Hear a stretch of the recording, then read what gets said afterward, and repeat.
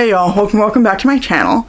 I'm gearing up for a bit of a bookshelf reorganization. I got a calyx earlier this year, and I am not happy with how I've set up the books on there.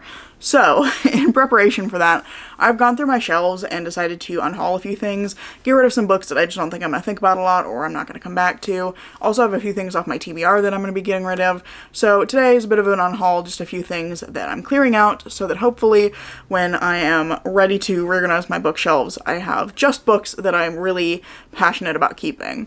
So I don't really remember what's in this stack. We're just going to go through it together. First thing. Long Haul by Frank Figliuzzi. This was a nonfiction I read recently that I thought was just okay. It's ostensibly about the Highway Serial Killer Initiative, but I think it is much more about the year of research that Frank Figliuzzi did, and especially about long haul trucking. There is so much information in here about long haul trucking. If you're really interested in long haul trucking, read this book, you'll learn a lot, but it's not really about the serial killer initiative, the Highway Serial Killer Initiative, and that was what I went into it looking for, so I was kind of disappointed. Then we have The Ivory Key by Akshaya Raman. I read this one earlier this year. It's a YA fantasy. I think it's fine. I think a lot of people really like this. I do really like the writing in here, and I think that the world that we're given is really rich and interesting. I just felt like two of our characters were really underdeveloped, and it meant that because we had four main characters, the two who I thought had more interesting roles in the story were not given the page time that I thought that they deserved, which meant that some of the themes around them didn't get dug into as deeply as I would have liked. So I thought this was fine, but I don't think I care enough to continue on with the series. I'd rather get this in the hands of a reader who will hopefully connect with it more than I did. Next up, we've got a Grady Hendrix. I think there's maybe two in this stack. We have Horror Store, which I read recently, and I enjoyed this just fine, but that was kind of the problem for me, is it was just fine. I did have some major complaints about the way that the horror was written. Not written exactly, but it was using some elements of like a panopticon in a way that I didn't think made sense and was historically inaccurate in a way that annoyed me, but I did really like the character relationships in here. I think that's maybe the best part of the book, are those relationships. So it was just fine. I don't really see myself thinking about it a lot or returning to it, and my partner has also already read it, so I don't need to hold on to it for him to read, so just gonna go ahead and pass it on. Okay, I do see the next two, which are for couldn't decide what I was saying there, an upcoming video you'll be seeing hopefully in the next couple of weeks, but I am unhauling a couple of books off of my self-destructing TBRs. We have A Dark and Hollow Star by Ashley Shuttleworth and A Tale for the Time Being by Ruth Ozeki. These were two where, in the video you're going to be seeing upcoming, I did try a chapter of my self-destructing books, and these were the two that I found that I really didn't like the writing in them. I wasn't invested in the characters. I didn't really vibe with it at all, so both of these are just going to go ahead and pass off my shelves as well. Then we have Ling Hun. This is another case of it was just fine.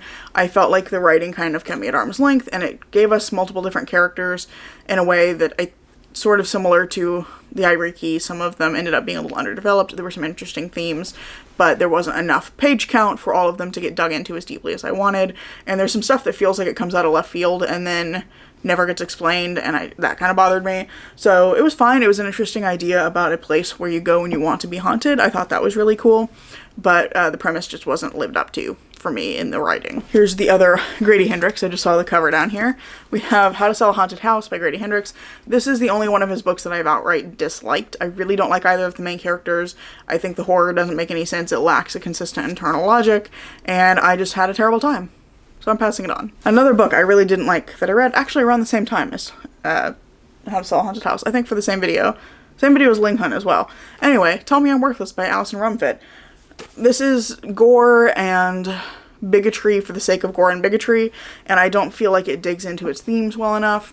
The writing reads like somebody who got a creative writing degree and or a degree in literature and was really focused on like gender theory.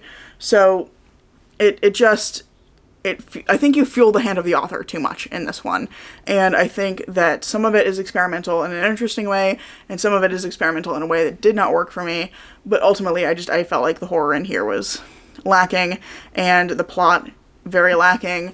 The characters were fine. I didn't mind either of the characters that we got, but it just did not work for me at all, and it felt very much like the hand of the author, and I could tell that the author had this particular background because it was very like academic feeling in a way that didn't work very well with like the subject matter and the way that they were trying to write the book, in my opinion. Finally, a book that I DNF'd, The Prison Healer by Lynette Noni. This was another one that I think was maybe on a self-destructing list at some point, or maybe I just picked it up for the hell of it. I don't remember. This is a YA fantasy that I just found boring. It was pretty obvious to me what was going on, and then I ended up looking up and then skimming the end of the book and looking up the twist, and it's silly. It just was not working for me. Everybody felt kind of flat. I didn't really care for the writing. I was pretty obvious, like it was going to be a trials thing that I didn't care about. The twist was silly, etc., etc. It just didn't work for me. Again, another one sort of like the Iriki. I could very much see somebody else enjoying this, so I want to pass it on so that hopefully that reader can find it and it'll be off my shelves and give me a little more room. So that's it. That is my unhaul for today. I had fewer than I thought. I thought I had a bigger stack than that. But at least it gets some things off my shelves, and I should be able to get everything reorganized in a way that makes sense to me. That's the part where I'm like struggling. I'm not used to having the squares, so I'm like, how do I organize this in a way that works for my brain? I don't know, I'll figure it out, but at least these ones are out of the way, and I really hope you enjoyed this video. If you have, I hope you consider giving it a like, maybe even subscribing to see what comes next. I'm forgetting my own outro. I'm currently posting on at least twice a week, but I really hope to see you in the next video.